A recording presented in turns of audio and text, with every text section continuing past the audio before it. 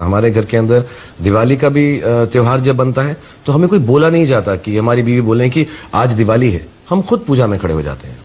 जब हमारे हिंदू दोस्त हमें बुलाते हैं कोई त्योहार के लिए, और हमारे महाराष्ट्र में एक बहुत फेमस मशहूर त्योहार जो अब भी चल रहा है, वो गणेश जी की प्रार्थना जो है वो महाराष्ट्र से शुरू हुई और आज हर जगह ये की जा रही है। गणेश पूजा देश में आज तो सारी दुनिया में की जाती है।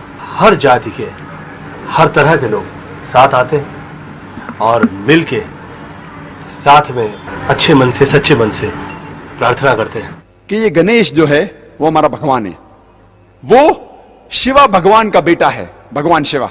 और ये उनकी किताबों में लिखा हुआ है कि गणेश भगवान शिवा भगवान का बेटा है। और एक दिन जब भगवान शिवा अपने घर के बाहर निकलते हैं, उनकी बीवी पार्वती अपने जिस्म से मेल निकालती है और एक बेटा बनाती है, और वो कहती है उस बेटे से कि घर के चौखट पे खड़े रहो, घर के दरवाजे के बाहर खड़े रहो और किसी को भी घर में आने मत देना, मैं आराम फरमा रही हूं। तो उसका बेटा घर के बाहर जाता है और दरवाजे पे खड़े हो जाता है। कुछ देर बाद भगवान शिवा वापस अपने घर पे लौटते हैं, और जब घर में दाखिल होने जाते हैं उस वक्त उनका बेटा उन्हें रोक देता है और कहता है, आप इस घर में नहीं जा सकते, आप दाखिल नहीं हो सकते, क्योंकि मेरी मां आराम फरमा रही है। शिवा तेज में आके अपने बेटे की गर्दन उड़ा देते। तो मैं कहूंगा मेरे हिंदू दोस्त से, आपका भगवान अपने बेटे को नहीं पहचान सका, कल जब मैं मुश्किल में रहूंगा तो मुझे कैसा पहचानेंगे। और ये हिंदू दोस्त आपसे कहेंगे, आपको कहने की जरूरत नहीं।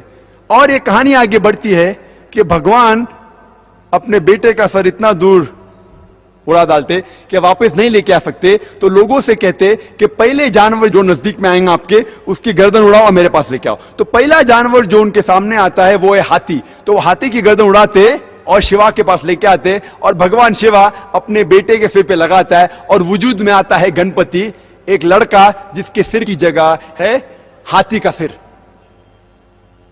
मैं कहूंगा अब इसको भगवान मानते, मेरा दोस्त कहेगा अरे जाने देना जाकिर, ये तो कहानी है। अरे लेकिन ये आपका भगवान है क्या? अरे जाकिर जाने देना, ये तो सिर्फ कहानी है। मैं कहूंगा आप मुझे साबित करके दिखाओ कि गणेश भगवान है और मैं प्रसाद खाऊंगा, क्योंकि कुरान में लिखा हुआ है कि अल्लाह के नाम का खाना मैं खा सकता हूं। बोलेगा जाने देना जाकिर, ये छोड़, कहानी है ये सिर्फ मेरे मजहब में। मैं कहूंगा नहीं, मुझे साबित करके दिखाओ, अभी मैं उसके पीछे भागूंगा। और ये बहुत आसान है, हमें किसी भी गैर मुसलमान के खुदा को गाली नहीं देना चाहिए। अल्लाह ताला फरमाते हैं कुरान मजीद में, सूरह अनाम में, सूरा नंबर 6 आयत नंबर 108 में, आप वो लोगों जिनकी वो पूजा करते हैं, जिन लोगों की वो अल्लाह के अलावा पूजा करते हैं, उनको आप गाली मत दो। जिन लोगों की वो पूजा करते हैं, इबादत करते हैं अल्लाह के अलावा, उन लोगों को आप गाली मत दो, नहीं तो जहालत में वो लोग अल्लाह सुब्हानहू व तआला को गाली देंगे। तो हमें गैर मुसलमानों के भगवान को गाली देना हराम है। तो हमें कुछ नहीं कहना चाहिए, सिर्फ पूछना चाहिए ये कौन है, और वो हिंदू या वो गैर मुसलमान अपने आप अपना काम करेंगे।